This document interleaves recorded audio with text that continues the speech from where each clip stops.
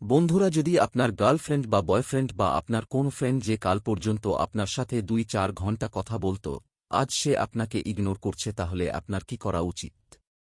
তাহলে সবার প্রথমে সবথেকে বড় কারণ হল যে সে আপনার থেকে বেটার কোন অপশন পেয়ে গেছে। আমি মানছি সে আপনার গার্লফ্রেন্ড বা বয়ফ্রেন্ড, কিন্তু যখন কেউ বেটার অপশন পেয়ে যায় তখন মানুষ তার প্রতি আকৃষ্ট হয়ে পড়ে। মনে করো না আপনার কাছে একটি অল্টো খাওয়া আছে, কিন্তু আপনি যদি বমও পান তাহলে কি আপনি যাবেন না? আপনি অবশ্যই যাবেন। এখানে হয়তো অনেকে বলতে পারে যে ভাই, ভালোবাসা ভালোবাসাই হয়, সত্য ভালোবাসা কোনো পরিবর্তন হয় না। ভালোবাসার মাঝে গাড়ি কোথায় থেকে আসলো? তাহলে আপনাকে বলবো এইসব ফালতু কথা। এখানে হয়তো অনেকে বলতে পারে যে ভাই, ভালোবাসা ভালোবাসাই হয়, সত্য ভালোবাসা কোনো পরিবর্তন হয় না। ভালোবাসার মাঝে গাড়ি কোথায় থেকে আসলো? তাহলে আপনাকে বলবো এইসব ফালতু কথা। আমি জানি যখন কেউ আপনাকে ইগনোর করে তখন কতটা কষ্ট হয়, বেঁচে থাকা কঠিন হয়ে পড়ে। আমি সবকিছু জানি, আর তাই আমি আপনাকে এই সমস্ত কথাগুলো বলছি। তাই হতে পারে সে আপনার থেকে কোনো বেটার অপশন পেয়ে গেছে, তাই সে আপনাকে ইগনোর করছে। এখানে সে ইগনোর করছে এই কারণে যাতে আপনি রেগে যান, আর আপনি তাকে নিজে থেকেই ছেড়ে দেন। ভাই, এটাও হতে পারে সে জানে না যে সে আপনাকে ইগনোর করছে। দ্বিতীয় যে কারণটি হতে পারে, সে সত্যিই হয়তো কোন কাজে বিজি আছে, সে আপনার সাথে কথা বলতে পারবে না। হতে পারে সে সত্যিই বিজি, কিন্তু ভাই, সে যতই বিজি থাকুক না কেন কখনো কখনো আপনার জন্য অবশ্যই সময় বাহির করবে। কিন্তু কাল পর্যন্ত যে ১-২ ঘন্টা কথা বলছিল, আর আজকে একদমই কথা বলছে না, অনলাইনে থেকেও রিপ্লে দিচ্ছে না, তাহলে কিছু তো সমস্যা আছে। সে যদি একদিন এমনটি করে ইটস ওকে, কিন্তু যদি প্রতিদিন যদি এমনটি করে তাহলে সে অন্য কাউকে অবশ্যই পেয়ে গেছে। সে আপনাকে জাস্ট অজুহাত দিচ্ছে।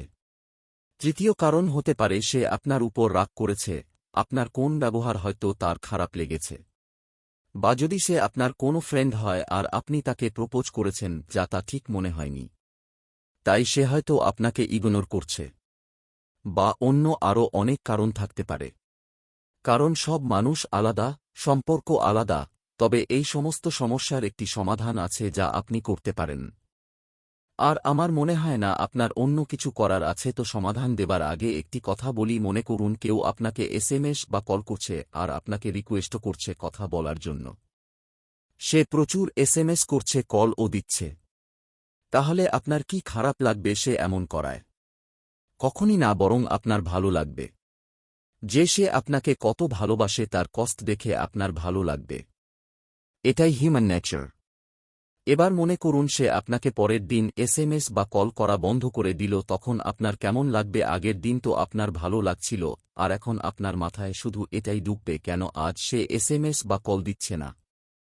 এখান থেকেই আপনি সমাধানটা পেয়ে যাবেন। সবার প্রথমে আপনি তাকে বারবার এসএমএস বা কল করা বন্ধ করুন। যখন আপনি এসএমএস বা কল করবেন, তার কাছ থেকে ২ রিপ্লে না আসার আগ পর্যন্ত কোন কল বা এসএমএস দিবেন না। এমনটা করলে সামনের জনের অভ্যাস হয়ে যাবে আপনাকে ইগনোর করা। ২ যেটা করবেন, তাকে এমনটা দেখান যে আজ তার সাথে যে কথা হয়নি আপনার মনেই ছিল না।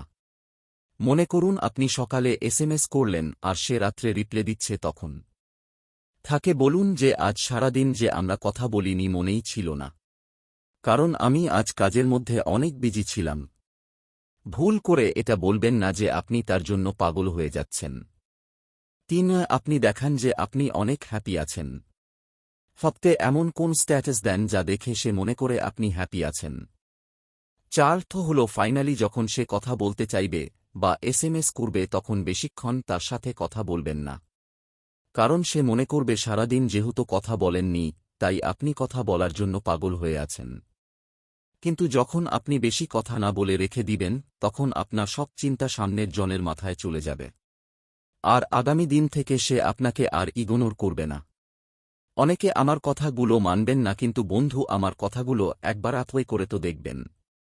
ট্রাই করতে তো সমস্যা নেই।